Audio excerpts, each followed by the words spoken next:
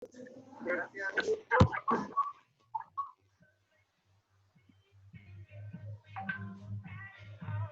me pongo en contacto con Andrés. Hola muchachos, ¿cómo están? Buenas noches, profe. Buenas noches, doctor. Buenas noches, doctor. ¿Cómo está? Bien, mi doctor, buenas noches. Buenas noches, profe.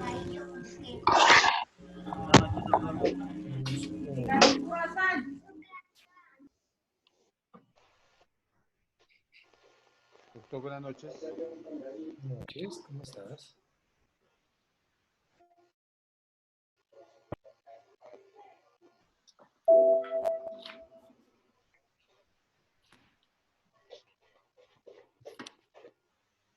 Bueno, pues empecemos con los que estamos. Queridos muchachos, en las sesiones anteriores estábamos hablando de esa audiencia de formulación de acusación. Entonces vamos a suponer que culmina la audiencia de formulación de acusación y ya tenemos nuestros elementos. Bueno.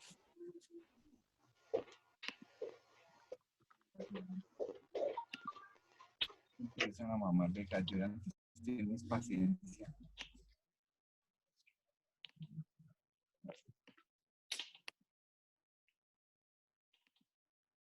Bueno, ahora sí. Muchos micrófonos abiertos. Ya, no cerré.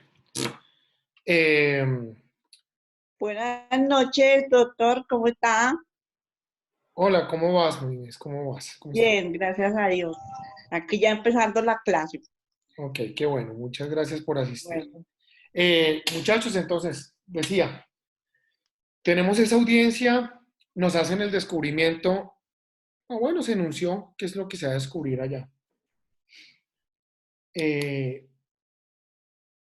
Tenemos que comparecer a la fiscalía a recoger nuestros elementos. Fíjense lo curioso y divino del asunto. Si nosotros vamos a hacer descubrimiento, nos toca acercarnos a la fiscalía y entregárselo. ¿Sí?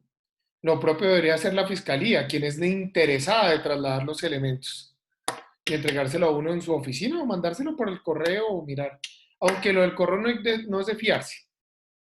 En un caso eran 25.000 folios, no sé cuántos cuadernos, eran anaqueles de cuadernos. Y en la audiencia la fiscalía llegaba y decía, yo le mandé todo. Yo no me ha mandado todo. Mire, falta esto, esto, esto. Y el juez, sin embargo, avaló la tesis de la fiscalía, ¿no? Que yo no logré demostrar que no haya estado todo. Yo le dije, señor juez, abramos el correo y ponga uno de sus colaboradores y miramos acá si en realidad existe todo ese descubrimiento en esa debida forma, porque ustedes saben que si no se descubre, pues se rechaza. ¿Qué vamos a hacer nosotros? Acuérdense que yo les dije, si se va a adicionar el escrito de acusación, exijan que sea escrito. Que sea escrito esa adición. Máxime si vamos a hablar de elementos materiales probatorios, porque necesitamos tener la lista. Entonces, nos vamos para el despacho del fiscal. Ojo con esto. Empezamos a recibir el descubrimiento de elementos materiales probatorios. Pero ¿cómo lo vamos a recibir? Lo vamos a recibir con nuestro escrito de acusación y su anexo en la mano, yendo a revisar una a una de las evidencias señaladas y escritas. Una a una. Cuando lo tenemos y se culmina o se completa absolutamente todo ese descubrimiento, le exigimos al fiscal una constancia. La constancia, además por lealtad procesal, eso le sirve al fiscal, eso le sirve a la defensa.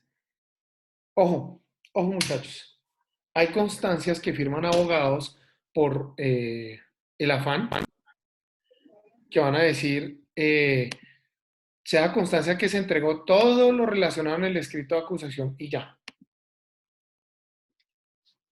Y pues eso es como enterrarse el cuchillo. La constancia debe señalar que se entregó, porque en realidad ahí es donde vamos a poder corroborar en efecto que se entregó para mirar cláusulas ¿de qué? De exclusión más adelante o rechazo. Listo. Tenemos nuestro formatico, todo organizado.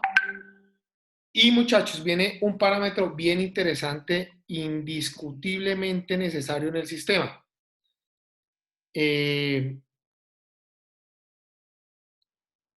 Cuando ustedes reciben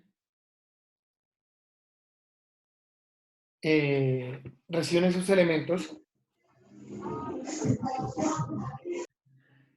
la técnica es, lo que debemos hacer, muchachos, es primero leer absolutamente todo, pero lo vamos a leer desde dos puntos de vista. Primero, dogmática.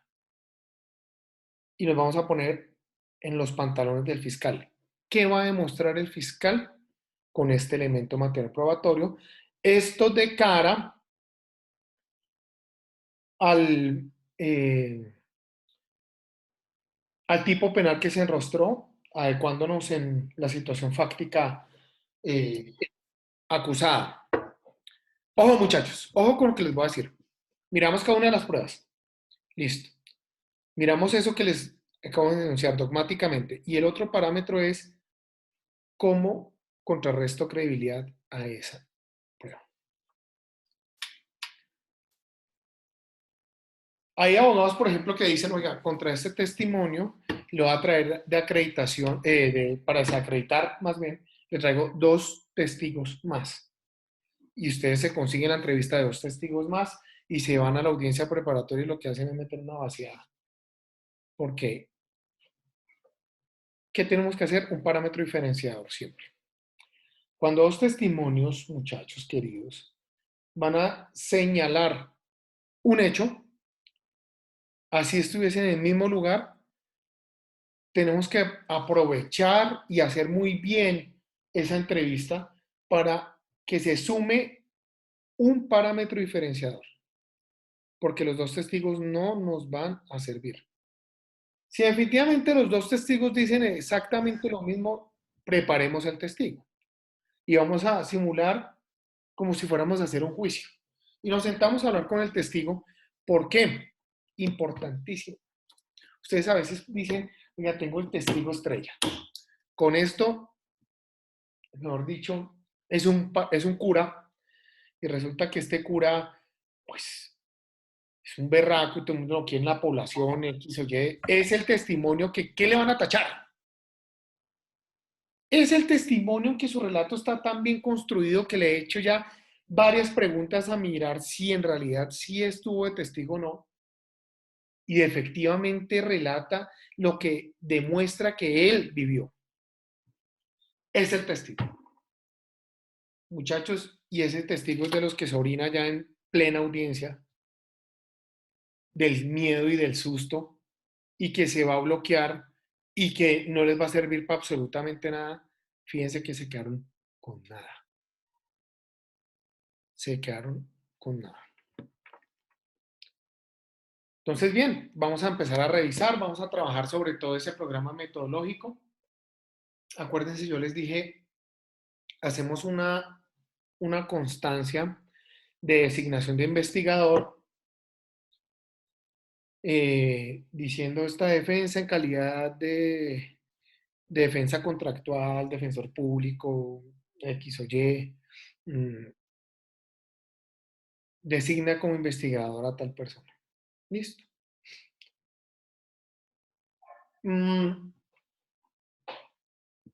Cuando hacemos eso,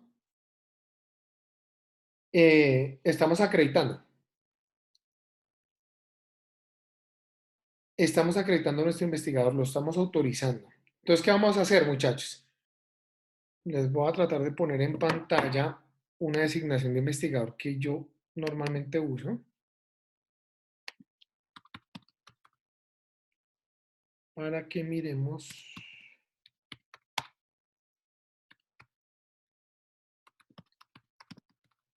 aquí, miremos más o menos cómo lo pueden usar. Yo creo que ya este no sirve. Voy a compartir.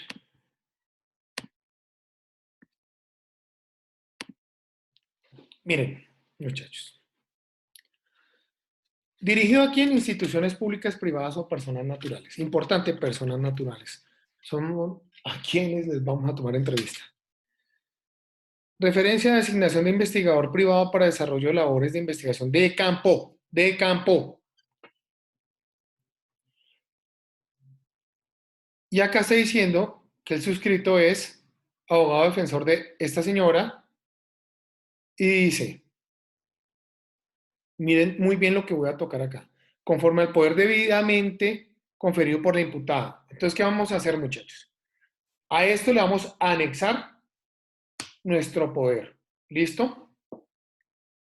En este caso fue atribuido en audiencias preliminares concentradas y ahí lo que se hizo fue anexar el acta de la audiencia preliminar en la cual se certifica que yo fungí como abogado. Está el identificador numérico de cada uno de ellos y vamos a encontrar los artículos. Decimos que él va a desarrollar actividades investigativas de conformidad con lo preceptuado en los artículos 8, 124, 125, numeral noveno y 167. ¿Alguien me regala lectura? El octavo ya lo conocemos, por favor, 124.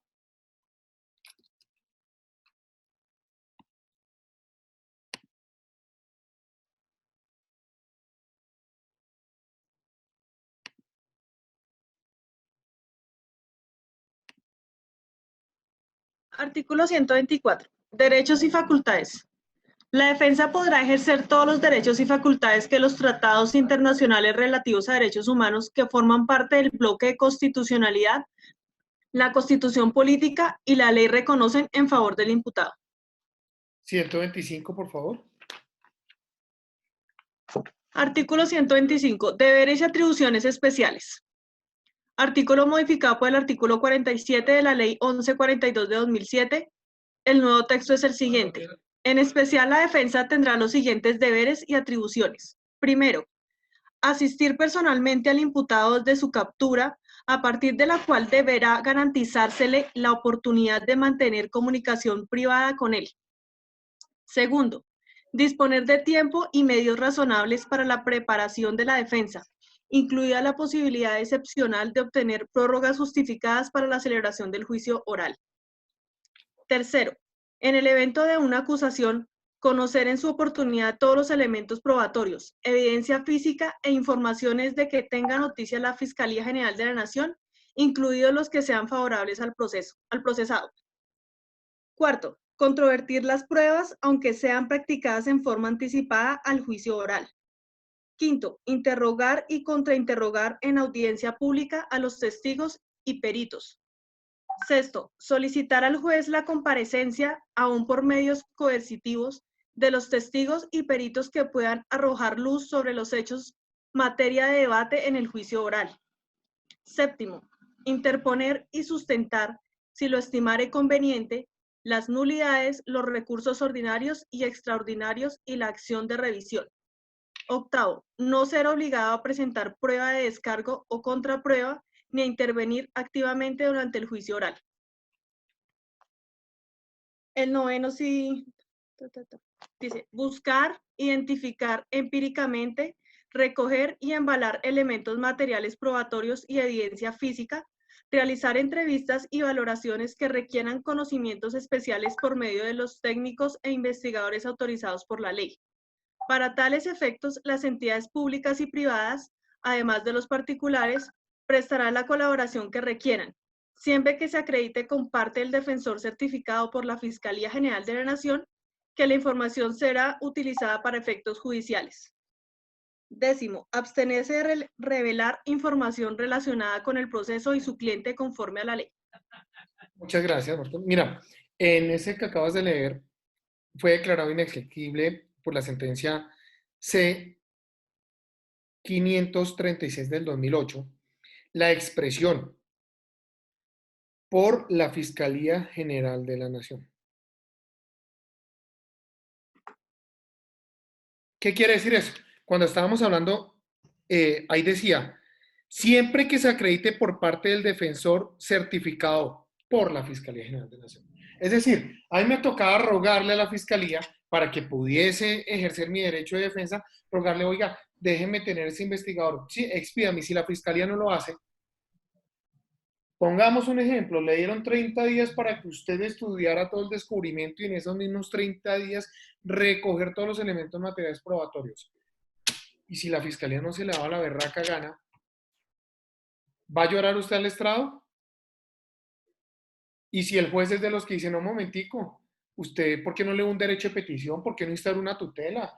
Pero usted No, tenía no, herramientas no. jurídicas, entonces vamos No, por ya no adelante. tengo aquí con esto, ya que es que mi pregunta es,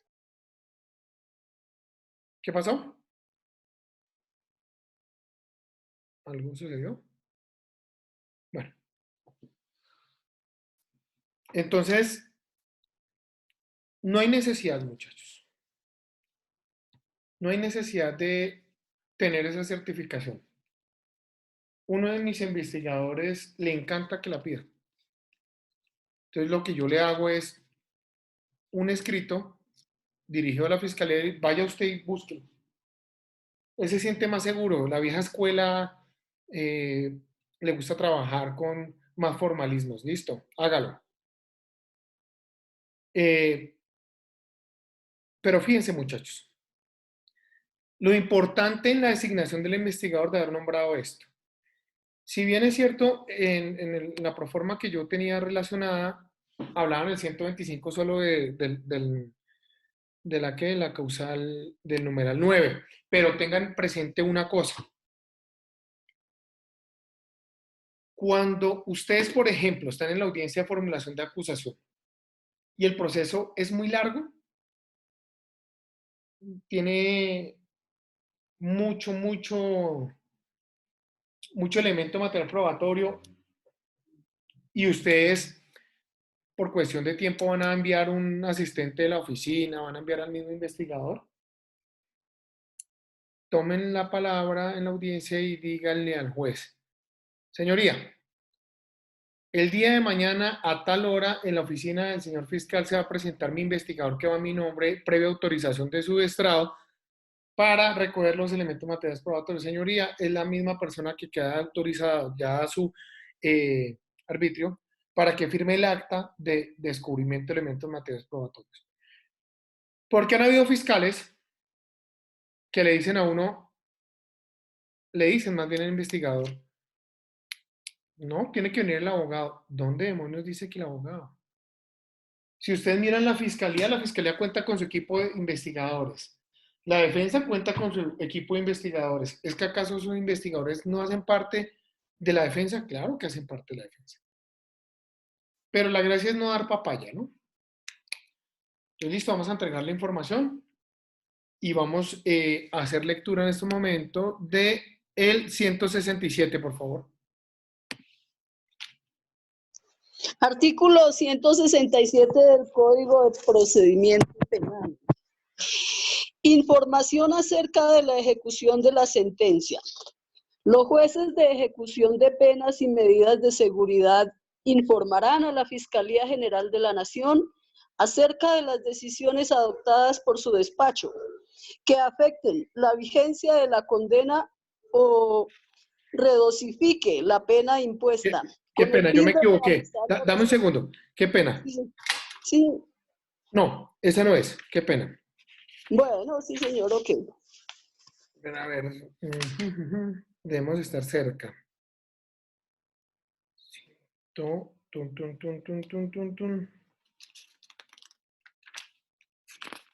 Vámonos.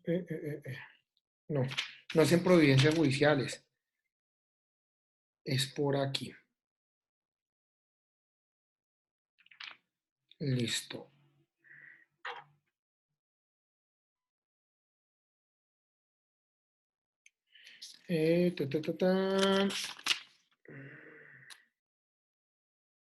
No, yo creo que lo que hacemos referencia, muchachos, ahí, y es indispensable,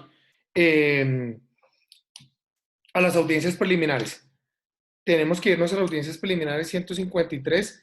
Es importante meterlo y vincularlo dentro del acta que nosotros vamos con la que vamos a designar al investigador por una razón, muchachos. Tenemos que demostrar que la defensa está autorizada para solicitar audiencias ante juez de control de garantías para obtención de algunos elementos materiales probatorios. Eso lo tenemos que tener claro y tenemos que transmitirlo claramente.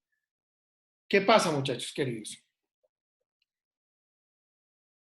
Que cuando yo voy a una audiencia, por ejemplo, ahí de los presentes, ¿alguien sabe cómo se maneja la audiencia de búsqueda selectiva en base de datos?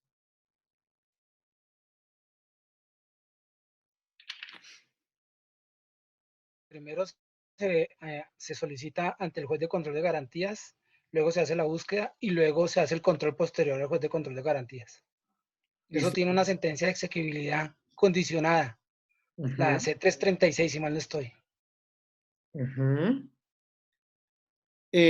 Aquí hay algo importante, muchachos. El abogado es el que va a la audiencia de búsqueda selectiva, pero ¿quién practica o materialmente ejecuta la búsqueda? El policía judicial. El investigador. Giovanni, te hago una corrección.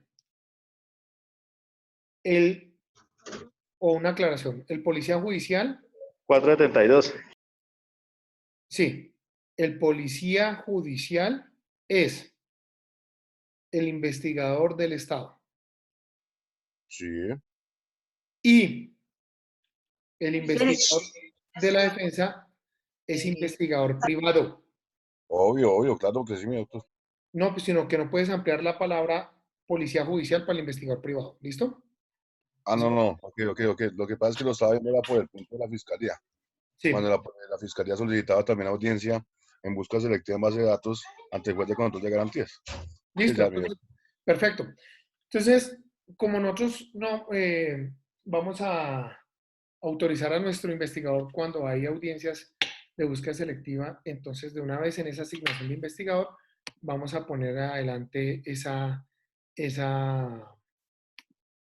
premisa que puede participar, que la defensa puede solicitar dicha actividad investigativa sin ningún problema. Listo. Entonces, ya cuando tengan eso, muchachos queridos, nos vamos a perfilar, entonces vamos a tomar. Tenemos claro que es la diferencia entre una entrevista, una versión juramentada y un interrogatorio, ¿verdad?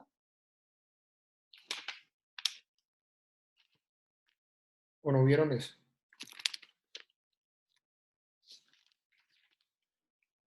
¿No vieron eso?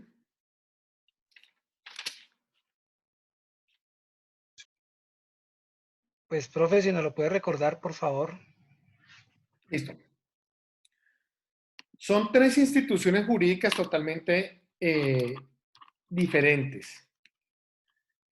La categoría está dividida. Como siempre. Está aparte. Se diferencian en tres situaciones. Es que estoy con un audio que no está. Ahí para Estados Unidos. Por eso me pronosticó ganador en mi hermano. Nelcy, el micrófono. Ya. Entonces, resulta, mis queridísimos amigos, que la entrevista tiene una particularidad. La entrevista la vamos a encontrar artículo 206 del Código de Procedimiento Penal. Por favor, ¿alguien me regala la lectura?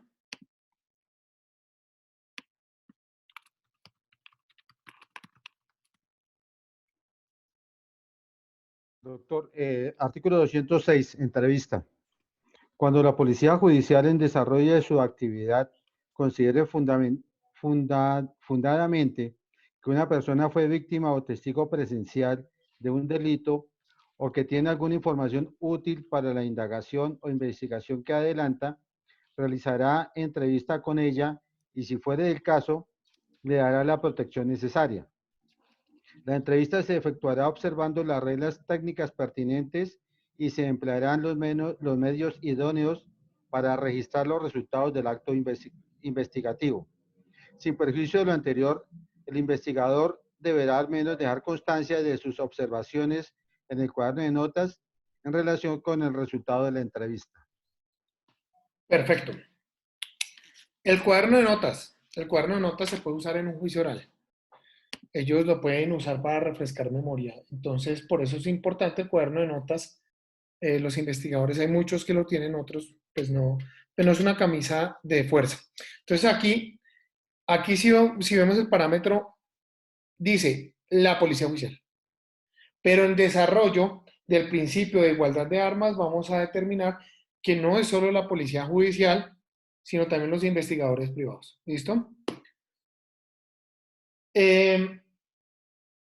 Ustedes tienen que mirar que tenga una buena acreditación el investigador para que no se les vaya a caer la prueba, que haya trabajado por lo menos en el gremio, que tenga años de experiencia, que tenga curso de policía judicial, porque por lo menos ahí se le dan las técnicas de qué es lo que tiene que realizarse al momento de recolectar una evidencia.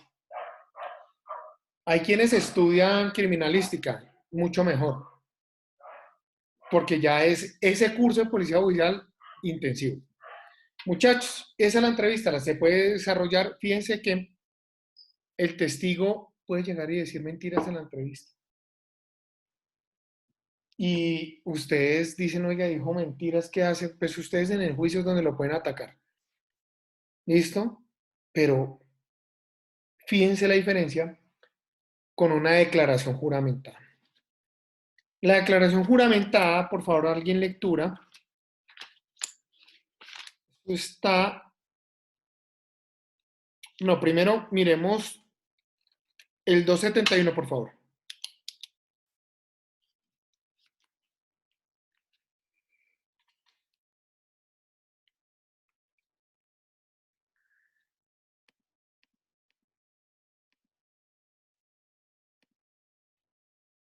Facultad de entrevistar. El imputado o su defensor podrán entrevistar a personas con el fin de encontrar información útil para la defensa. En esta entrevista se emplearán las técnicas aconsejadas por la criminalística. La entrevista se podrá recoger y conservar por escrito, en grabación magnetofónica, en video o en cualquier otro medio técnico idóneo. Súper, muchas gracias. Entonces, vimos la regla general, la entrevista, estas dos normas toca tenerlas articuladas. La entrevista es cuando sabemos que alguien puede tener información para el caso, y con este 271 nos están viendo, oiga, usted puede coger ese 206 y traerlo acá con la finalidad de obtener algún elemento material probatorio que le pueda convenir a la defensa. Pero entonces la defensa también tiene la facultad de tomar versión juramentada. Fíjense una cosa, la versión juramentada es comprometer al testigo para que el testigo diga sí o sí la verdad. Que no pueda decir mentiras, que en caso dado que se ha encontrado culpable, más bien no culpable, sino que se ha hallado que su testimonio fue errado o mentiroso, se le podrá iniciar el punible de falso testimonio. Ojo con eso. Y allá es donde en la versión juramentada se le tiene que advertir, y esa es la gran diferencia con la entrevista. Se le tiene que decir, ojo, aquí usted sí está obligado. Ojo. O si no tiene consecuencias. So pena de consecuencias. Listo. Ahora miremos el 272. Porque si nosotros miramos la versión juramentada, muchachos queridos, esa juramentación la puede hacer es un funcionario público. La versión juramentada tiene que estar ordenada por el fiscal y el investigador tiene que hacer el juramento de rigor al testigo. Cosa que no puede realizar el investigador privado. Y fíjense por qué. 272, por favor.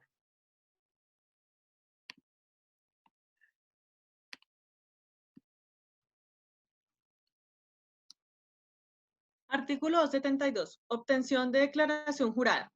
El imputado o su defensor podrán solicitar a un alcalde municipal, inspector de policía o notario público que le reciba declaración jurada a la persona, cuya exposición pueda resultar de especial utilidad para la investigación. Esta podrá recogerse por escrito, grabación magnetofónica, en video o en cualquier otro medio técnico idóneo. Gracias. Fíjense una cosa. Yo les acabo de decir, oye, la versión juramental la puede tomar el investigador. Pero acá, en este artículo, la defensa no lo puede hacer. Listo, lo tenemos claro. Pero fíjense la calidad de funcionarios que ya son de mayor jerarquía, los que pueden estar facultados para dar esa juramentación. No es cualquier investigador patrullero de la SIJIN, no es cualquier investigador criminalístico del CTI. No, ya se requiere algo de mayor jerarquía. ¿Y por qué se tiene o se hace esa protección, muchachos? Porque recuerden que una versión juramentada, y como lo dijimos ahorita, se compromete a decir la verdad. Otro estadio procesal, muchachos, donde se tiene que decir la verdad es en el juicio. Y el testigo tiene que juramentarse ante el juez. Independientemente que ese testigo rindió a la fiscalía o a la defensa una entrevista, allá ya es juramentado. Lo que pasa es que uno puede llegar a usar documentos de entrevistas en una audiencia para impugnar la credibilidad, y ustedes ya eso lo deben tener claro, para demostrarle al juez que está mintiendo, que varió la versión o que pudo haber existido presión o algo. Las versiones juramentadas, en cambio, muchachos, digamos, uno debe tratar primero de tomar entrevista, pero si de verdad que es el testimonio más importante y relevante que ustedes puedan tener, por ejemplo, la persona está corriendo un peligro, dense las mañas para tomarle la versión juramentada. Porque es que fíjense que ustedes, si bien es cierto existe la prueba de referencia, pero la prueba de referencia sería mucho más útil no con su investigador, sino con quien juramentó. Esa persona que estuvo ahí. Y en las versiones juramentadas, muchachos, una recomendación. Háganla fílmica. Háganla fílmica. Porque si el testigo está diciendo la verdad, el lenguaje corporal va a dar mucha más información que un papel. ¿Listo? Muchachos, y está la tercera categoría de diligencia de versión, y es el interrogatorio. El interrogatorio, muchachos, está instituido en el artículo 282. Por favor, lectura.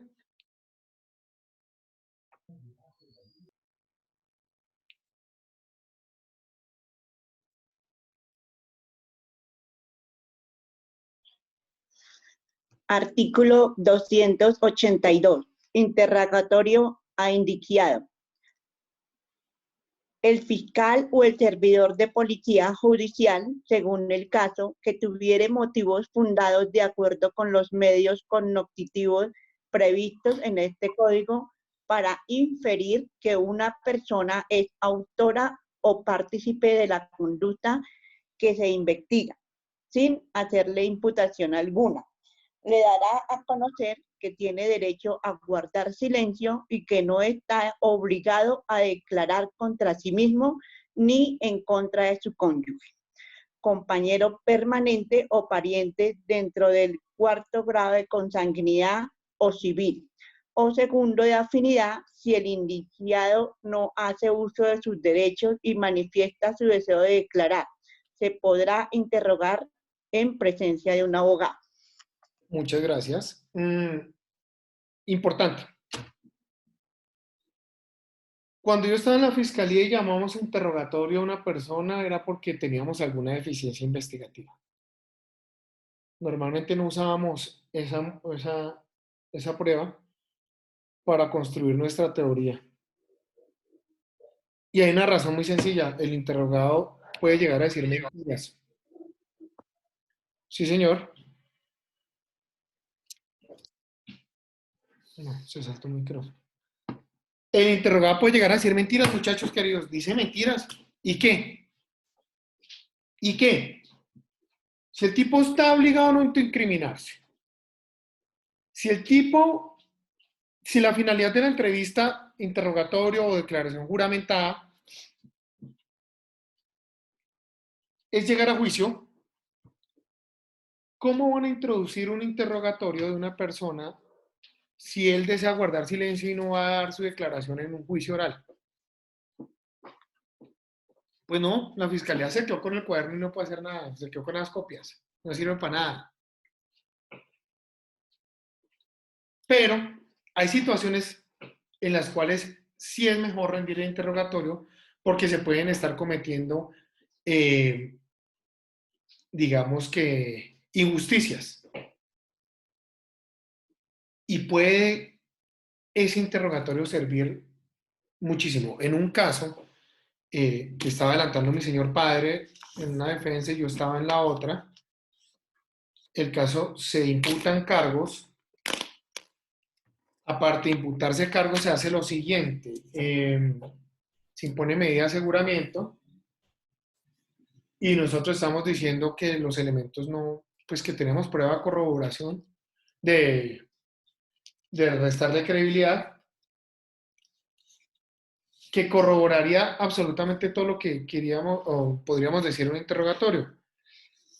Mi padre solicita el interrogatorio y él se adelanta con el cliente y hace el interrogatorio con todos los elementos de corroboración. La consecuencia de haber rendido dicho interrogatorio fue que la fiscalía encontró que en la sede de fiscalía donde se adelantó el proceso preliminar habían existido deficiencias y que había sido llevado a errar la fiscalía y por ende la fiscalía no nos radicó escrito de acusación, sino radicó preclusión de la investigación. Entonces fíjense que es de saberlo usar. Es de saberlo usar. Pero también de conocer al fiscal. Cuando ustedes se dediquen al ejercicio de la profesión, por ejemplo, se van a dar cuenta que hay fiscales tramposos, se van a dar cuenta que hay fiscales que cumplen su palabra, otros muy estudiosos, otros que, mejor dicho, no sé cómo se graduaron de la universidad. Hay de todo. Pero sí sería bueno conocerlos un poquito, muchachos, porque esto es un acto de lealtad procesal y ustedes van y entregan toda su información en un interrogatorio y lo que puede hacer el fiscal es aprovechar eso para buscarle cómo restarle credibilidad a lo suyo a las malas y se arma todo un esquema para desacreditar todo lo que hizo la defensa. Entonces, es bueno entregar información, pero no la entreguen toda. Reserven un poquito. O reserven lo más contundente, lo pueden reservar y puede llegar a surtir un efecto. Muchachos, ¿en qué estadio se hace necesaria una declaración juramentada? O, por ejemplo, se está tomando una entrevista y se tiene que variar a versión juramentada. O como, por ejemplo, se está tomando un interrogatorio y se varía a una versión juramentada. En los eventos que se está hablando o se está inculpando responsabilidades de terceros. Citan a una persona, por ejemplo, citaron a Pedro Pablo a interrogatorio. Y Pedro Pablo en pleno interrogatorio empezó a decir que Angie, no, es que yo vi cuando Angie disparó, es más, Angie llevaba el arma la tiene guardada en tal lado y si se más. En ese instante, el investigador tiene que suspender la diligencia y decirle, en virtud que usted está haciendo atribuciones a terceros, es obligatorio convertir esta diligencia a versión juramentada. Y eso ya es otro cuento. ¿Listo? Porque ahí sí, por más interrogatorio, tiene una consecuencia. Ahí sí. Bien interesante tenerlo en cuenta. quiero que siempre estudien la posibilidad de si se hace o no se hace. Y en realidad ustedes tienen que mirar un tema.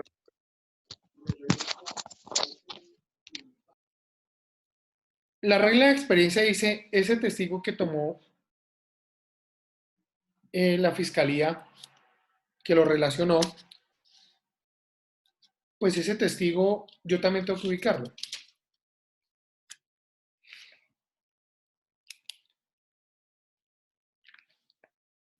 Ese testigo me puede servir para mis fines.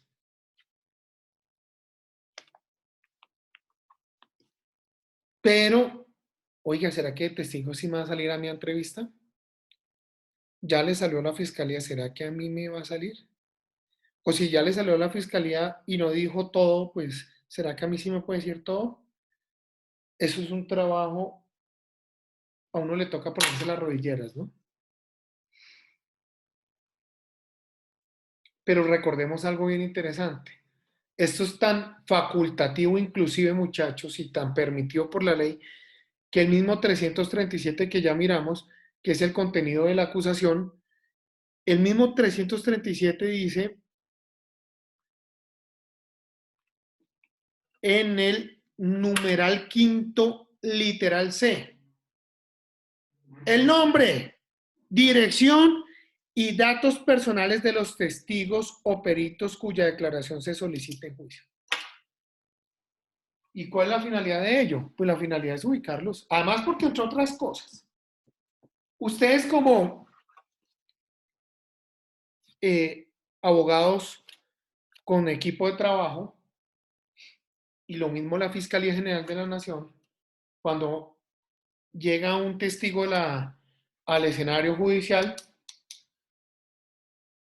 ustedes pueden mirar, por ejemplo, a tratar de sondear a ese tipo, a ver qué problemas judiciales pueden tener, si tiene recortes de prensa donde sale diciendo que es mentiroso, cualquier situación que pueda llegar a afectarle, a darle la credibilidad de eso es importante para el juicio. Y por eso necesitamos los datos de ubicación, por eso necesitamos nombres completos y cédula. Porque, por ejemplo, si van a traer al escenario un testigo y el tipo ha sido condenado 3 veces por falso testimonio, pues imagínense.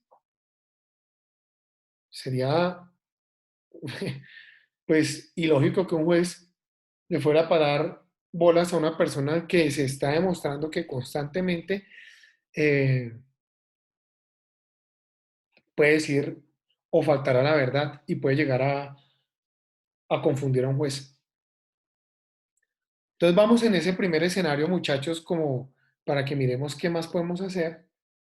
Ahorita les muestro un par de cosas más de evidencias y vamos a audiencia preliminar de búsqueda selectiva y 2 o 3 cosas con peritos. Nos vemos 7 y 5, muchachos, para que tomen un descanso. Ok, muchas gracias. Gracias, profe. Vale, profe, gracias.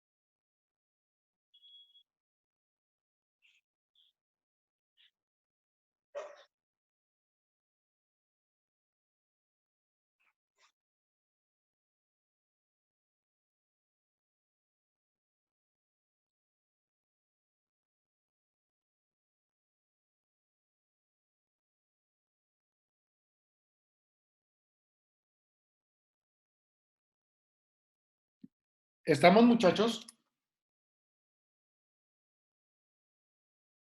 Sí, señor. Sí, señor. Señor. Listo. Sí, señor. Sí, señor. Firme, doctor. Profe, antes de continuar, ¿será que me puede absolver una pregunta? Profe, cuando usted dijo que la defensa autorizaba al investigador para las demás audiencias, no le entendí este pedacito. No sé cómo fue que lo abordó. No, es para las audiencias, o sea, no es para que participe en las audiencias, sino simplemente yo autorizo al investigador para que él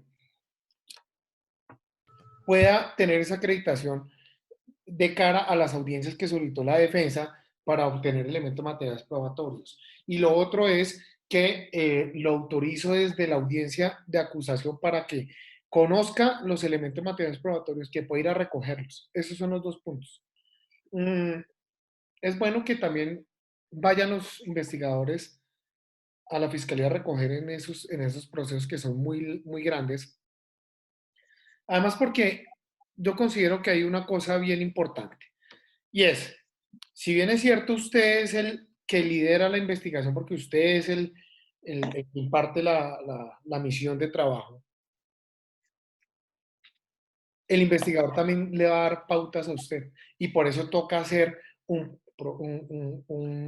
programa metodológico para, entre los dos, construir la mejor fase defensiva que pueda existir.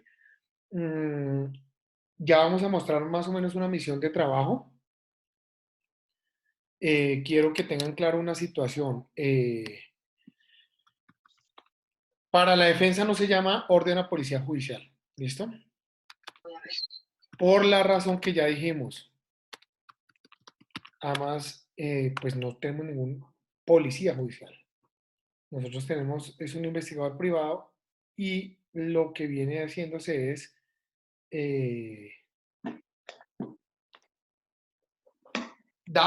más bien, se crea es misión de trabajo, porque usted tiene una misión y con una finalidad de buscar qué es el trabajo, y así se define en toda la jurisprudencia y se ha enmarcado y reiterado varias veces por qué no es orden a policía judicial.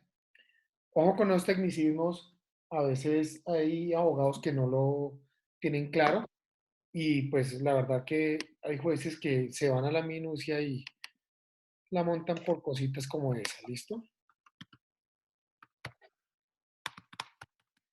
Y les voy a mostrar una misión.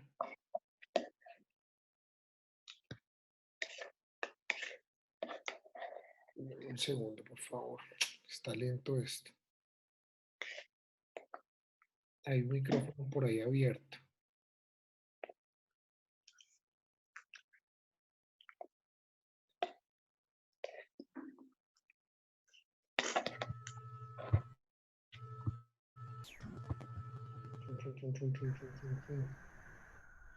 Aquí en el correo tengo misión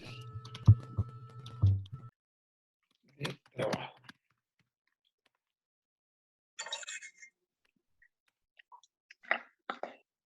La comunicación entre el abogado y el investigador privado es la misión de trabajo. ¿Listo? Hagamos misión de trabajo para todo lo que tengamos que realizar. O todo lo que tenga que realizar más bien el investigador a nombre de la defensa. Aquí les voy a mostrar, por ejemplo, un ejemplo de misión de trabajo. El ejemplo de misión de trabajo de la firma, título de misión de trabajo investigador de la defensa. Se dan las pautas que requerimos y siempre muchachos ponerle un objeto. Y esto es muy importante para lo que vamos a ver ahorita. Siempre tener, ¿cuál es la finalidad? Ese objeto es tal. Y poner ya ahí los datos del investigador para que él firme y le dé copia de recibido. Siempre muchachos tengan copia de recibido, ¿listo? Entonces, si bien es cierto, se emite la misión de trabajo y todo, las mismas facultades que tiene la Fiscalía General de la Nación, la misma la tiene la defensa. Ya sabemos que lo único que no podemos intrometernos es en una declaración juramentada, ni en un interrogatorio, por obvias razones, porque además, entre otras vainas, nosotros estaremos interrogando a nuestros propios clientes. Sin embargo, yo les doy un dato. En casos complejos,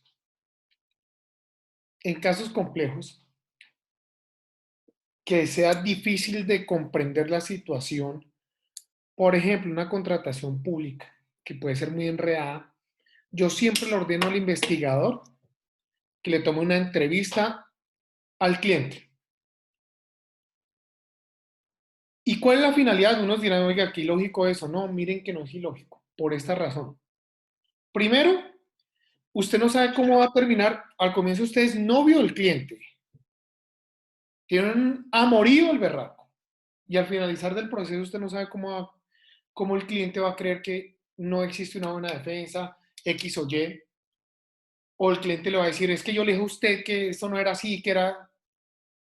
No, pues qué mejor que tener esa entrevista porque ahí ustedes tienen todo plasmado. Además es el faro guía para ustedes poder orientar también la investigación. Además, entre otras cosas y muchas de las técnicas, yo también lo he aplicado en muchos procesos, es, oiga, lo que están cometiendo en contra suyo es un injusto. Considero que es importante instaurar una denuncia. Y ustedes para instaurar la denuncia, una queja disciplinaria inclusive, pues tienen que confiar en lo que dice el cliente. Pero qué mejor que ustedes tengan esa evidencia ahí.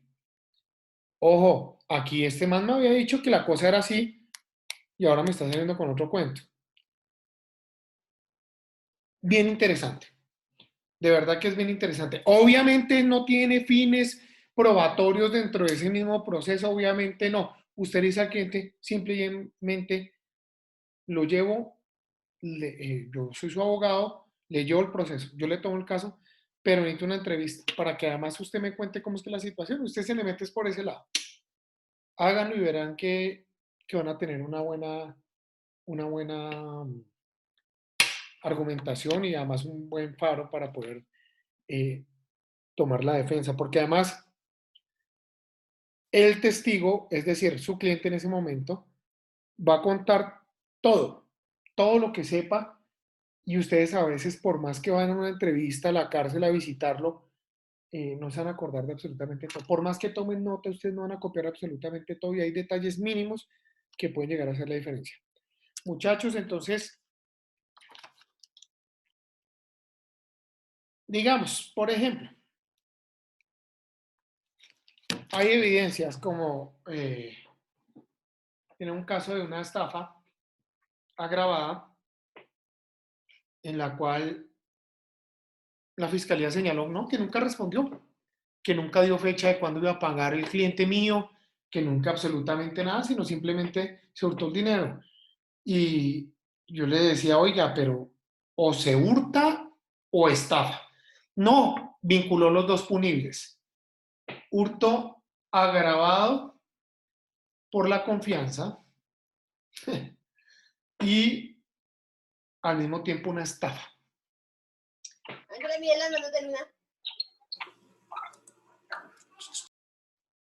De las cosas chistosas que he visto yo. Listo, estaba esa situación fáctica así. Y yo dije, pues no pueden cohabitar estas dos situaciones. Y dije, oiga, pero ¿qué es leal del denunciante sabiendo que mi cliente le había dicho que el mes anterior a la operativa de captura y todo eso, o más bien el mes posterior, él iba a pagar absolutamente todo? ¿Qué hice yo? Envié al investigador a tomar unas entrevistas en labores de campo para reconocer que sí había una deuda, pero también delante de los testigos había dicho que se iba a responder por la deuda. Para demostrar que eso era una obligación netamente civil y que la última razón del derecho es el derecho penal y no debería por qué operar. Pero a su vez, cogí el celular de mi cliente. Contraté un perito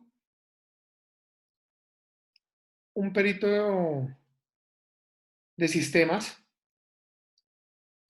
idóneo en la materia, y le hizo un escaneo al teléfono celular de mi cliente y extrajo absolutamente todo.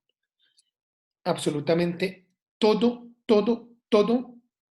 Los datos inclusive se habían borrado. Y entre esos datos que se había borrado había un chat con el denunciante. Y en el chat decía, oiga, le pago en noviembre y la captura fue el mes anterior a eso. Lo curioso es que en el mismo chat reconocía la deuda, le reconocía intereses y el denunciante a su vez le decía que aceptaba las condiciones y que perfectamente estaba dispuesto a recibir eso en el mes de noviembre. Entonces es una fase investigativa, lo manejamos por el intermedio de un perito. Pero había un correo electrónico que se había enviado por parte del cliente, aceptando la condición.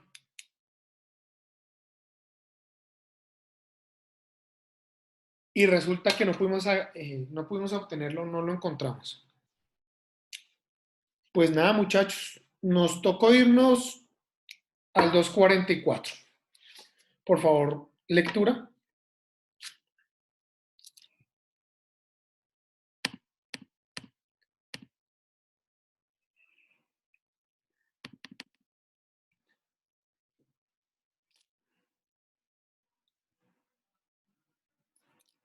Búsqueda selectiva de datos, de base de datos.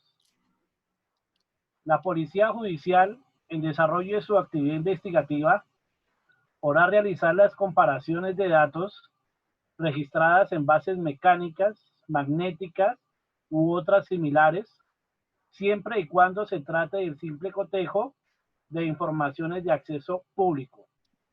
Cuando se requiera adelantar búsqueda selectiva de las bases de datos que implique el acceso a información confidencial referida al indiciado o imputado o inclusive a la obtención de datos derivados del análisis cruzados de las mismas, deberá mediar autorización previa del fiscal que dirija la investigación y se aplicará en lo pertinente las disposiciones relativas a los registros y allanamientos. En estos casos, la revisión de la legalidad se realizará ante el juez de control de garantías dentro de los 36 horas siguientes a la culminación de la búsqueda selectiva de la información.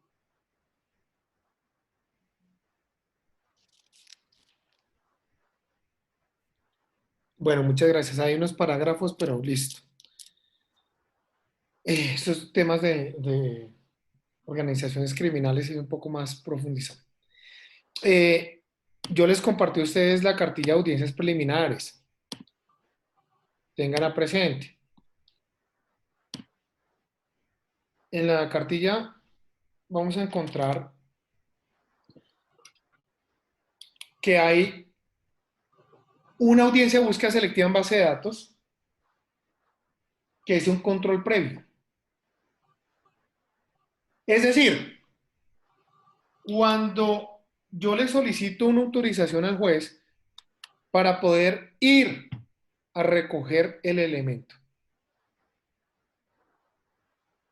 Si nosotros miramos la cartilla, tenemos que encontrar una situación bien interesante, muchachos, y es este punto que vamos a ver acá, que se tiene que realizar un juicio de proporcionalidad. ¿Por qué? Ustedes van a irrumpir en la intimidad. Doctor, disculpe, tengo una pregunta. Buenas noches. ¿Con quién? Holman. Hola, ¿cómo vas? Ahora sí me apareciste. Ya. Doctor, pues digamos en el caso hipotético de que se presente en una investigación, digamos la captura de una persona y digamos en el momento de la captura le digan, mire, usted queda capturado por decir, por los delitos, puede ser de estafa, digamos, como está hablándolo usted. Y en el momento en que le diga de estafa y le diga, mire, aquí tiene los audios, la persona en el momento que es capturada puede, digamos, solicitar en ese momento que el juez o sea, como una orden del juez de control de garantías por haberle, digamos, ¿cómo le digo yo? Por, digamos, estar haciendo chuzadas a esos números telefónicos o algo tal por el estilo o algo así.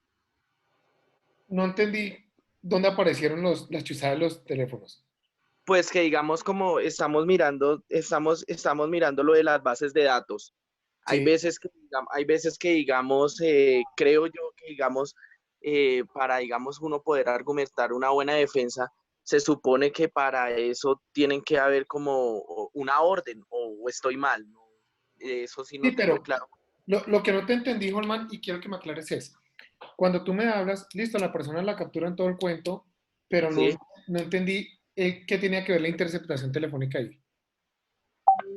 O sea, digamos, eso es legal, o sea, hacer, digamos, todo lo que tiene que ver con interceptaciones telefónicas, que le miren a uno, digamos, el teléfono, todo Ah, este no, esto es tema. otro cuento. Oh, ya te entendí. Ok, Por ok. ejemplo, al capturado le quitan el teléfono, ¿sí o no? Sí, sí, Y lo ocultan el teléfono. sí.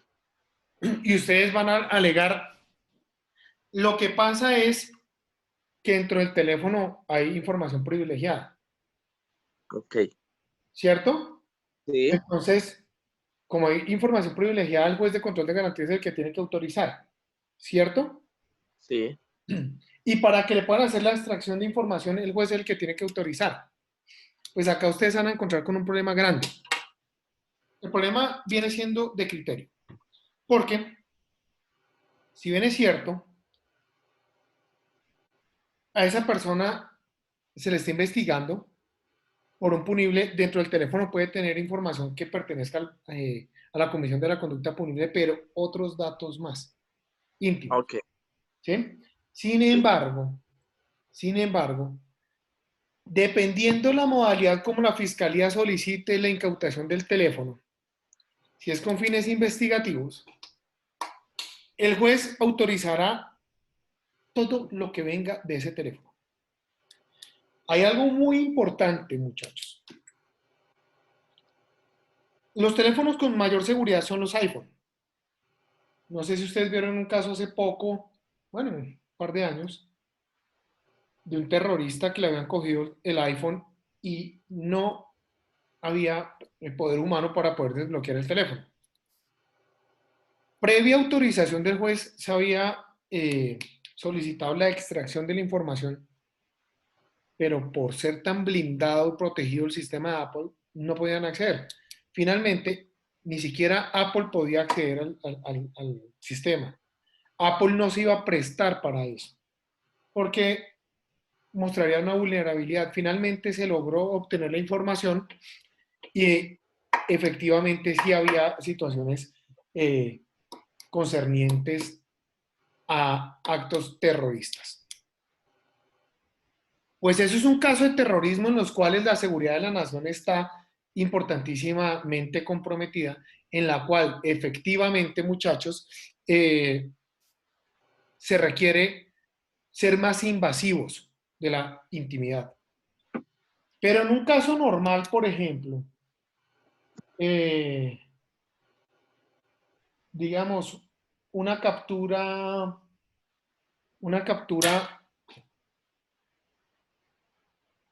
en flagrancia de una tentativa de homicidio. ¿Y cómo fue la tentativa de homicidio? Con ocasión a una riña que se suscitó imprevista. ¿Para qué demonios necesitan la información del teléfono? Nada tiene que ver, ¿cierto? ¿Qué es lo que pasa? ¿Qué es lo que pasa, Biojono? En el momento que se va a legalizar la captura, se tiene que enunciar qué elementos materiales probatorios va a utilizar la Fiscalía de lo recaudado. O qué elementos materiales probatorios, más bien, te la corrijo, fueron incautados a la persona. Y es ahí en ese momento donde la defensa tiene que solicitar la devolución del teléfono. ¿Cierto? Y si la Fiscalía va a hacer la extracción de información, ustedes también tienen que decir una cosa. Si no se pide con fines de comiso, van a decir, ah, bueno, saque la información que quiera, pero devuélvame el teléfono. En el caso del secretario del Tribunal Administrativo de Cundinamarca sucedió exactamente lo mismo. Tenían un iPhone, lo capturan, y no, deme la clave, deme la clave, deme la clave. Y él, pero ¿para qué necesita la clave? No, pues para mirar qué es lo que tiene. ¿No? Si le firmó un acta. Y él le firmó un acta y le puso la clave y le dijo, resulta que yo no estoy escondiendo absolutamente nada, esculque lo que quiera en el teléfono. La Fiscalía no solicitó los fines de comiso, nada más porque no tenía motivos fundados para hacerlo. Y se incautó el teléfono. Claro, cuando yo llego a la defensa y me percato y digo, oye, ¿y su teléfono? Pues vamos a pedirlo. Y lo fuimos a pedir y no aparecía el teléfono. Hasta que apareció después de denunciar por prevaricato al fiscal. Ahí sí apareció el teléfono. Y después en el descubrimiento nos dimos cuenta que sí habían ocultado el teléfono. Pero fíjense una cosa, no se había legalizado absolutamente nada de esa información. ¿A qué punto voy? Se puede obtener información, pero la Fiscalía, si no la va a usar, no tiene por qué legalizarla, lo mismo la defensa. ¿Listo? Hacen ese control previo. Y la pregunta que les voy a hacer a ustedes, en especial, oiga, Luisito no está conectado el día de hoy, ¿no? Sí, por ahí lo veo conectado, pero debe estar por allá, quién sabe haciendo qué. Señor, aquí estoy escuchando todo lo que usted está hablando. Listo, Luisito, la pregunta es para usted. Luisito, vimos el control previo de la búsqueda selectiva en base de datos. Dijimos que la intimidad es la que prevalece. Para interceptar a una persona se requiere audiencia de control previo de búsqueda selectiva en base de datos, ¿sí o no?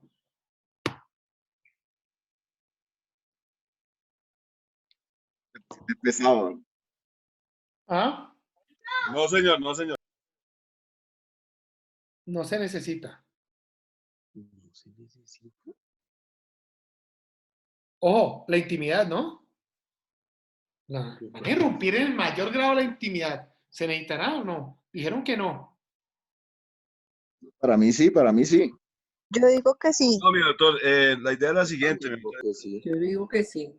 Ese procedimiento no se realiza así. Yo digo que sí. De juez de control de garantías, no, porque el procedimiento es independiente con el fiscal y por eso hay un formato de formato esperanza. Entonces lo hacen, obviamente que debería ejercerse con ese control, pero no lo hacen Policía Judicial con la Fiscalía. Estás en lo cierto. Estás en lo cierto. Pero no hay que... Ahí la orden la hace el fiscal. Sí, pero hay que mirar un temita. Para poder llegar a una información tan certera, hay que hacer otras prácticas investigativas anteriores, queridísimos amigos. A veces fallan en eso, como lo encontré ahorita en un proceso que tengo audiencia mañana, que esperemos no se haga. Necesito todavía tiempo.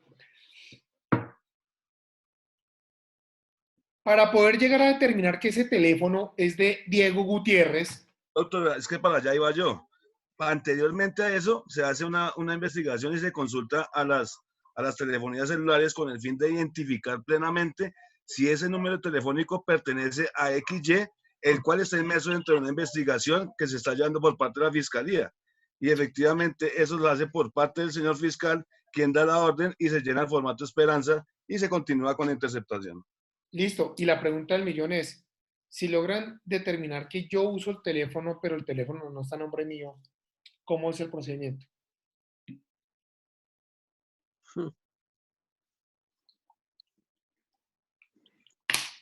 Sí, efectivamente, mi doctor, a través de los analistas de estas salas, pues, al escuchar esa situación o a la evidencia de esta situación, ya se generaría otro procedimiento interno. Y pues se lograría de pronto, pues, buscar cuál es la persona que está utilizando ese teléfono. Perfecto, mis queridísimos amigos. Resulta que, en efecto, no hay que hacer un control previo para la interceptación de comunicación. La interceptación de comunicación, artículo 235. Si alguien me regala lectura, por favor, estoy muy agradecido. Artículo 235. Interceptación de comunicaciones. El fiscal podrá ordenar con el objeto de buscar elementos materiales probatorios, evidencia física, búsqueda y ubicación de imputados, indiciados o condenados que se intercepten mediante grabación magnetofónica y similares a las comunicaciones que se cursen por cualquier red de comunicaciones, en donde curse información o haya interés para los fines de la actuación. En este sentido, las autoridades competentes serán las encargadas de la operación de la respectiva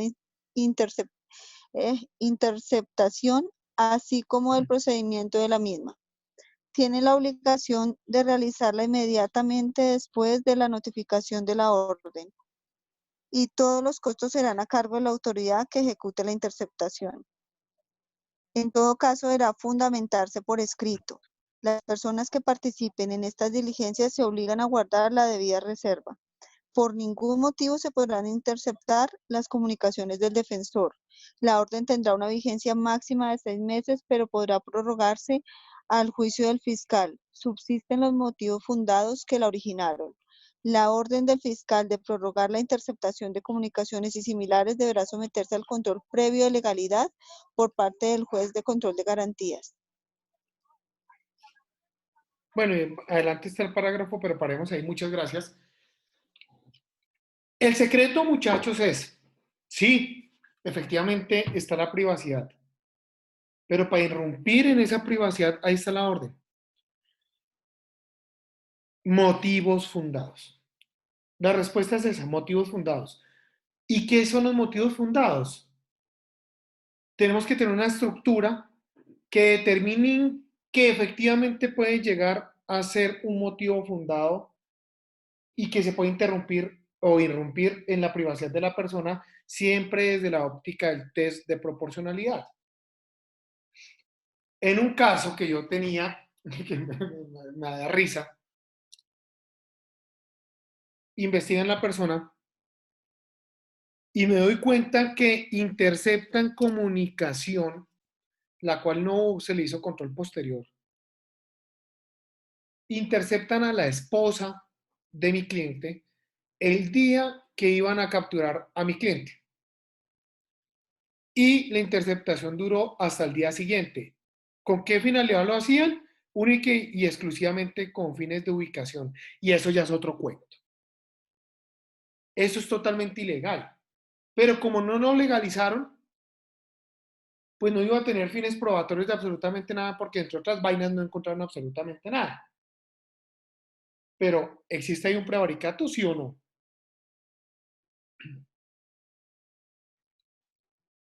¿Qué consideran?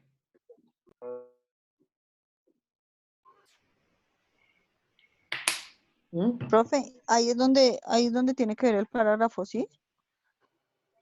Porque dice que ellos deben rendir un informe de los resultados de esas interceptaciones. Entonces no tendrían por qué interceptar una sola vez, que es lo que le pasó con esa señora, sino tendría que tener un seguimiento y un control de Lo las que pasa mismas es investigaciones. los informes parciales se tienen que presentar con la única y exclusiva finalidad que, además, el fiscal conozca qué es lo que se está surtiendo la investigación, si la investigación está arrojando positivos o de lo contrario pueden ir desocupando la sala Esperanza que tan congestionada anda, más que la pasan interceptando a los abogados defensores que les encanta fuera de proceso. Eso en las mañanas lo que uno tiene que hacer es, apenas recibo la primera llamada, de saludar. Muy buenos días, queridísimos amigos de Sala Esperanza. Es lo primero, y luego sí saludan a quien nos llamó. Entonces, aquí hay una situación. Esos informes parciales tienen esa finalidad. ¿Por qué? Por los motivos fundados. Porque, recuerden, tenemos 6 meses de interceptación. ¿Qué vamos a prorrogar? Tenemos que irnos a los motivos fundados. Y los motivos fundados, ¿dónde van a salir? De los informes parciales, porque es la única manera para demostrar que efectivamente sí está arrojando o no está arrojando absolutamente nada. De lo contrario, para prorrogar podría tener muchos problemas el señor fiscal. ¿Listo? Por ahí Harold iba a hablar algo. ¿No? No, ya. Bueno, mis queridísimos y adorados amigos, ahí lo que sí toca hacer es un control posterior si se pretende utilizar esa evidencia.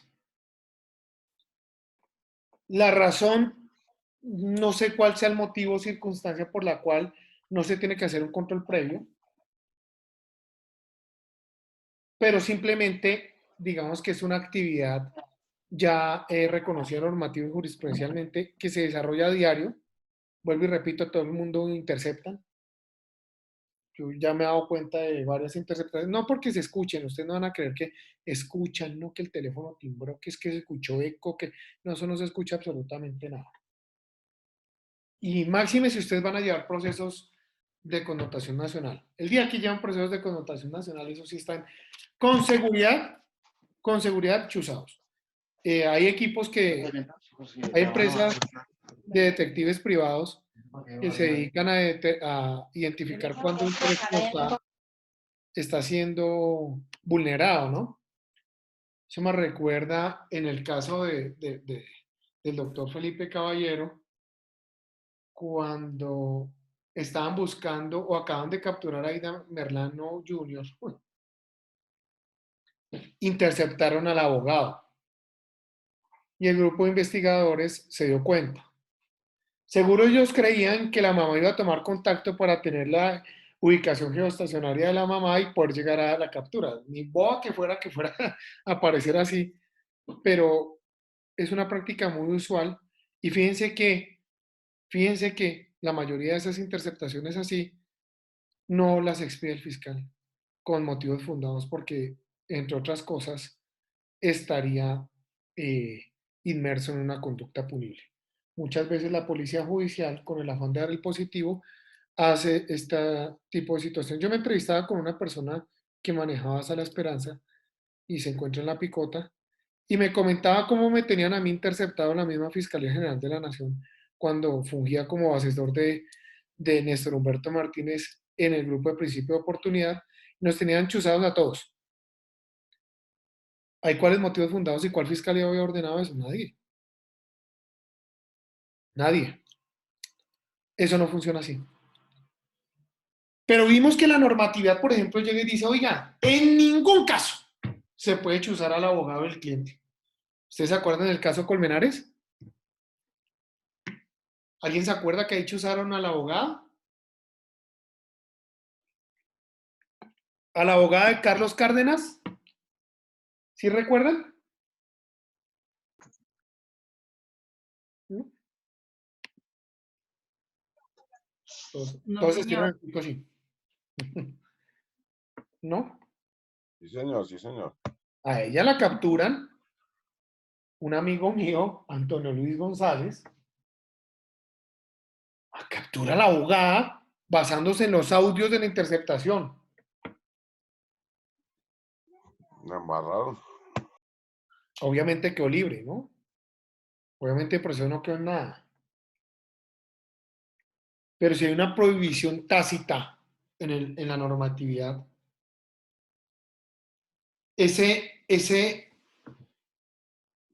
digamos, ese actuar del fiscal no es meritorio de una investigación disciplinaria y penal.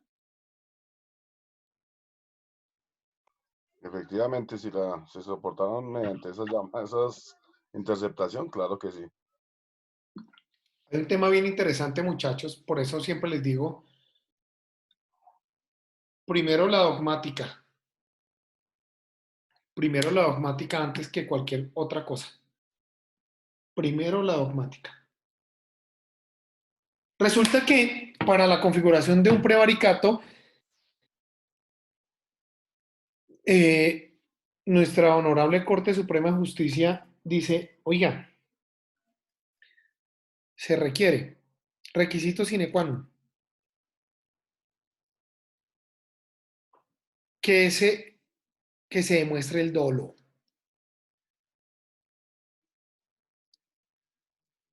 Y pues en este caso yo creo que se podría demostrar, ¿no? Si había un animus ahí. Entonces tenemos que irnos toda la estructura del tipo penal y poder determinar, oiga, sí o no hay.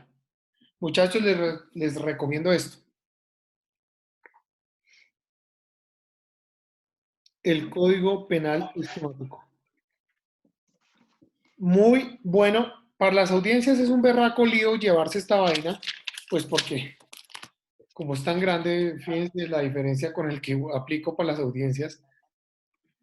Pero este librito les muestra toda la estructura del tipo penal. Por ejemplo, no sé si alcanzan a ver, no sé si se ve, está qué calidad de los sujetos procesales, quién es víctima, calificación, tipicidad, antijuricidad, culpabilidad, punibilidad y absolutamente todo ello que nos permite llegar a tener una buena dogmática penal y aplicarla bien a los casos al momento de analizar. Pues bien, ¿qué otra actividad se les ocurre que debemos hacer? O más bien, que sea permitida por la búsqueda selectiva en base de datos.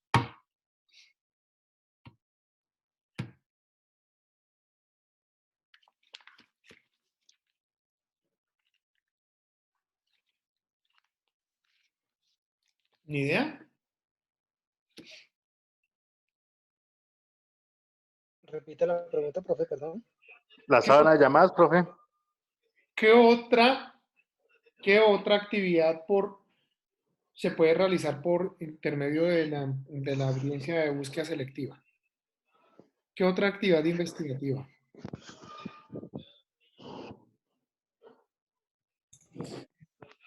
Actividad bancaria, ¿no, doctor? Es banco. Correos electrónicos, profe. Creo que sí, y también necesita búsqueda selectiva. Sí, la reserva bancaria, Darwin, en efecto, sí requiere, en un caso de captación masiva habitual, que es lo más usual, hay algo muy curioso, muchachos, algo demasiado curioso.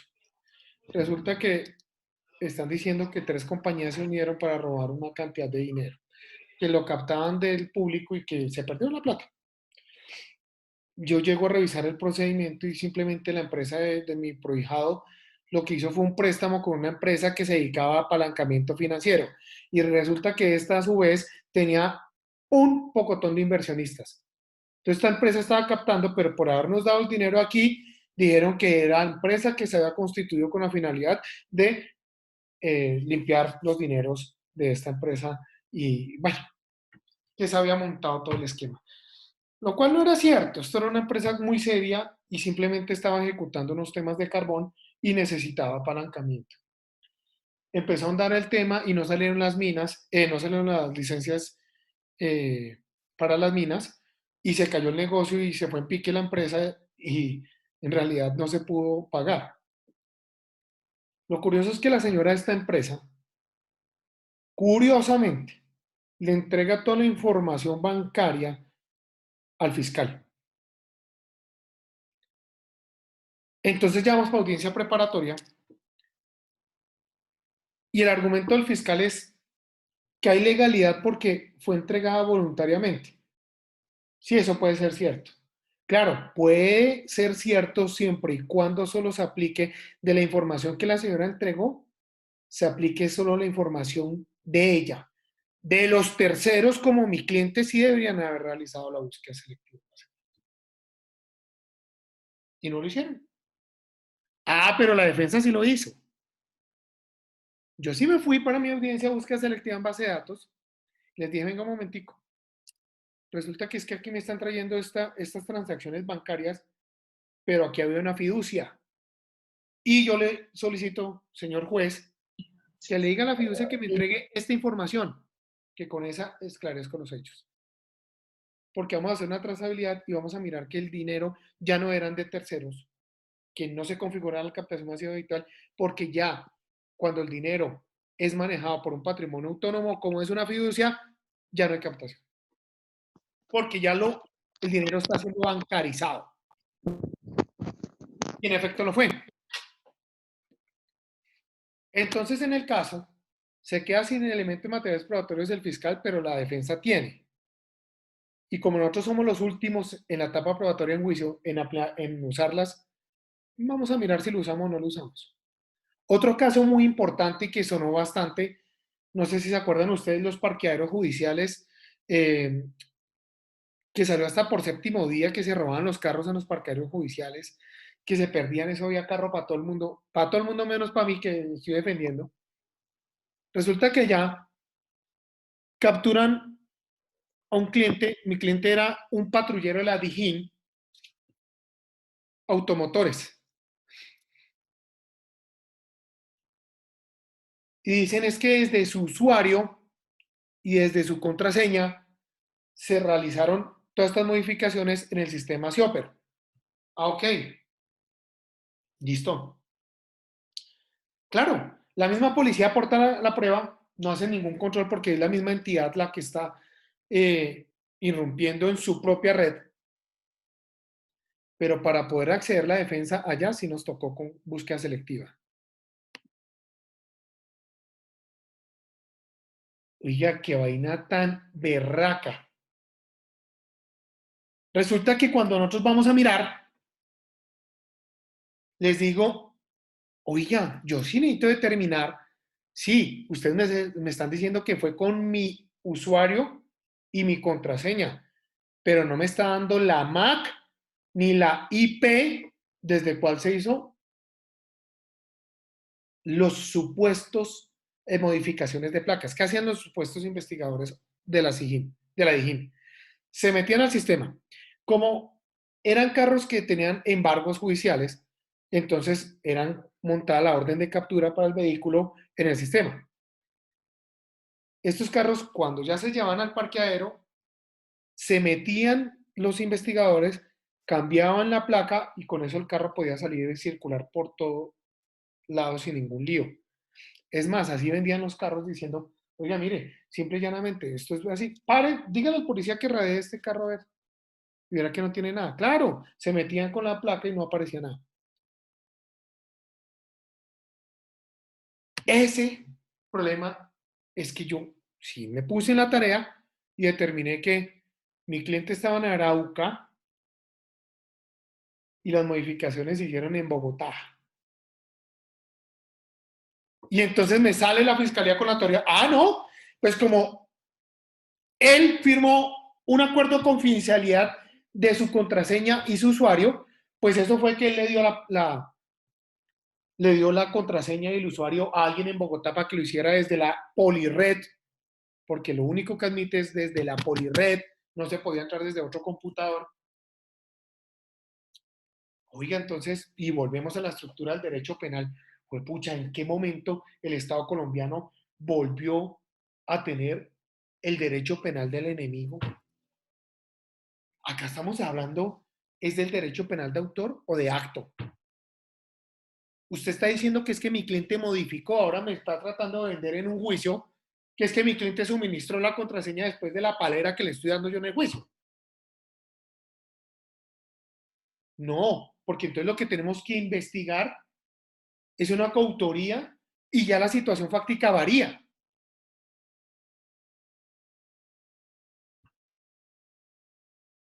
Estamos en juicio. Faltan 2 defensores por exponer todos sus elementos, entre esos yo. Pero en lo que llamo en juicio no voy a necesitar absolutamente nada de las pruebas que recolecté, porque la fiscalía no ha probado nada. Y si no ha probado nada, es más, me probaron, ¿qué me probaron? Que el usuario y contraseña y el perfil asignado a mi cliente era solo para consulta. ¿Cómo demonios modificó si solo tenía un perfil para consulta? ¿Cómo modificó? No lo entiendo. La juez tampoco lo entendió porque hizo preguntas aclaratorias para tratar de entender qué era lo que decía la fiscalía. Eso es raro. Yo veo que en el grupo están diciendo que conocen el caso. Y lo más chistoso de todo, muchachos, de esos 28 policías que capturaron en Medellín hace poco, resulta que iban a vincular a mi cliente también con una placa de Medellín. Y la placa estaba siendo acusada acá en Bogotá. Y en realidad es que estamos hablando más de 10.000 modificaciones en el sistema SIOPER. Pero es que también la teoría de la fiscalía, y yo les hablé de este caso, muchachos, tan mal organizado el caso, tan mal, que presentaron 3 escritos de acusación y es la hora que no hay un hecho jurídicamente relevante. Por eso hay que estudiar. Hay que estudiar muy bien los casos. Ese caso es muy largo. Duramos 15 días en audiencias preliminares. Muchachos, y para culminar otro ejemplo, otro caso de búsqueda selectiva. En el caso del piloto, resulta que Medicina Legal certifica después del 4º dictamen que existió un riesgo inminente de la vida. Por eso hacen la variación de la calificación a tentativa de homicidio. Y dice que de no haber recibido la atención oportuna, inmediata, se hubiese puesto en riesgo la vida. Y yo hoy miro, resulta que las víctimas aportan una historia clínica que empezó a regir después. ¿Qué quiero decir con ello? Ellos primero van al hospital de Chía. En el hospital de Chía hacen una sutura y el chino voluntariamente se va y firma el consentimiento de retiro voluntario. ¿Ustedes creen que si una persona que hubiese estado en riesgo su vida hubiese durado solo 3 horas en el hospital y lo hubiesen dejado ir así porque así, desangrándose y demás como lo pretendían hacer ver? Pues es totalmente ilógico. Al día siguiente va a una clínica privada y es donde se genera la historia clínica. Pero no aportaron la del hospital. No la aportaron. Y mírense esto tan hermoso de la igualdad de armas. Me voy a audiencia de búsqueda selectiva, control previo. Control previo. Señoría, solicito tengo información de primera mano. ¿Qué? Puede que la persona fue atendida primero en un hospital. Ah, sí, ¿de dónde saca la información? Resulta que dentro de la misma historia clínica, señoría, que aportó la representación de la víctima, en este pedacito dice que había tenido una atención anterior en tal hospital. Tengo información. Ah, listo. Bueno, entonces, motivos fundados y vamos a hacer un test de proporcionalidad. Listo. No hay otro medio tan invasivo como la búsqueda selectiva. Nos toca. se autorizó, llegó, fuimos a la información, no nos la dieron.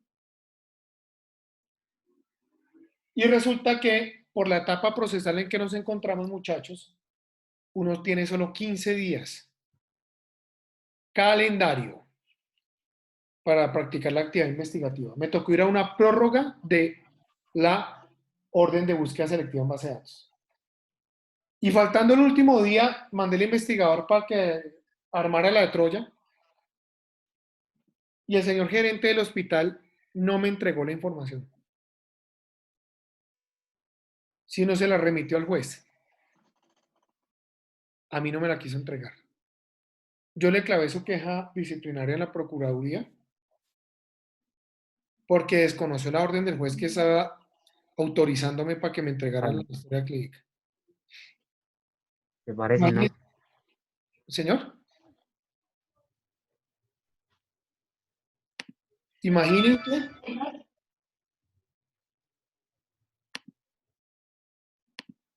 Otro juez puede declarar, ¿cómo puede llegar el juez a hacerme entrega a mí la historia clínica con un acta? Eso es función del juez, no es ninguna función del juez. Se puso en riesgo la legalidad de la prueba gracias a uno de los flagelos que siempre nos enfrentamos los defensores, que es que nadie quiere creer que el defensor tiene facultades. Y si ya el juez le dijo que me la entregara, entréguemela. ¿Cuál es el sentido de eso? ¿Qué tal hubiese mandado esa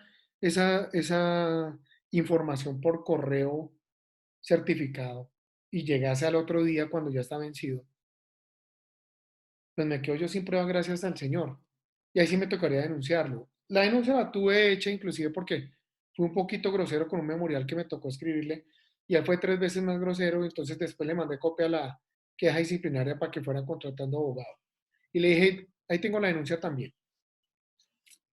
Entonces nos vamos a enfrentar a muchas de estas cosas. Lo mismo,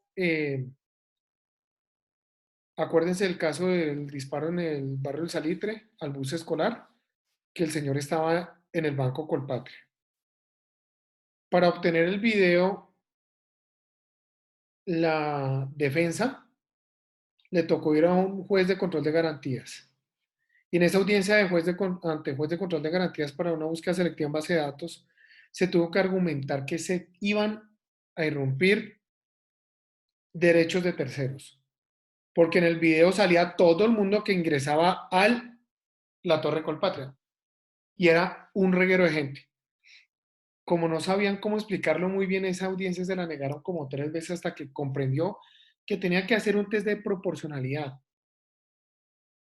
Con el test de proporcionalidad, el primer día hubiese tenido ya el video y ese tipo no se hubiese mamado 3 audiencias para obtenerlo. Entonces, ustedes ya saben que es un test de proporcionalidad. Sin embargo, mañana miramos algunas jurisprudencias de test de proporcionalidad para que lo apliquemos, porque por regla general es un test de proporcionalidad para varios institutos jurídicos del sistema procesal penal. Principio de oportunidad y demás. Chinos queridos, se les quiere. Descansen. Y Luisito, debe ser tan vago y por favor venga a clase. Profe, un aporte. Gracias, profe. Fabián, dime, antes de irnos. Sin embargo, hay información que Acá estoy. judicial no se puede obtener, que es esa información reservada como la genética, la inclinación sexual y estas cosas. Eso es totalmente cierto y mañana hablamos de un caso que tengo de un delito sexual. A ver qué opinan ustedes y a dónde podemos llegar y que me ayuden, ¿no? Ustedes ya son todos abogados. ¿Listo? Bueno, mis chinos, Dios los bendiga. Gracias, profe. Hasta Hasta mañana. Buenas noches, profe. Hasta luego.